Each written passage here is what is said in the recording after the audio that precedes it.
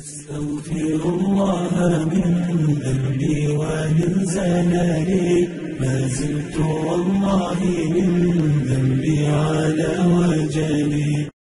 یو سوال د مو یو عزیز جوراباد خوشاب جراله گلی ده. نن سبا دا پوښتنه کړې ده، نن سبا دا روزه چې رازندي چې خلک د میسجو په ذریعه باندې، د موبایلو په ذریعه باندې، سوشل میډیا په ذریعه باندې پیغام ورکوي چې مبارک همسا روزه پلاني تاریخ باندې را روانه ده او د رسول الله صلی الله علیه وسلم حدیث ده. څوک چې اول مبارکي د روزې ورکړي نو هغه سړی به جنت ته به ځي. ما په تاسې باندې اول زیری وکړو. عزیزانو دا سوال څرنګه ده؟ د دې جواب او دوه خبرې دي. یو خبره خو دا ده چې دا په دغه مبارکي باندې یو انسان جنت ته نشي تلای، او دومه خبره دا ده چې دا غلطه خبره ده. دا حدیث چې رسول الله صلی الله علیه وسلم ته دا سړی منسوبوي، یو سړی به یې چې لږه دا ښه خبره ده، چاته به وایم د روزې لوری ورته معلوم سي.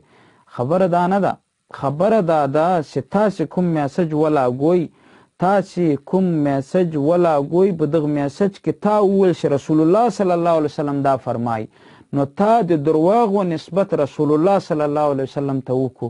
عزیزه د دغه دومره غټه ګناه ده، دومره غټه ګناه ده چې په حدیث کې راځي من کذب علیه متعمدا، فرمایي که څوک په ما باندې قصدن د ما طرف ته درواغو نسبت وکړي هغه دوغسې ده، د هغه ټکانه دوغسته، خامخا به دوغسته. نو عزیزه ښه کار خو ده، خو رسول الله صلی الله علیه وسلم ته دا سازش چې یو سړی ولیکي چې دغه یو خبره په درواغو باندې ور منسوبه کړي، نو دا نه ده صحیح. نو الله پاک دې وکړي چې ته پې پوه سې، دا پیغام مخ ته نشر کوي چې هر سړی ته دا خبره ورسیږي. والسلام.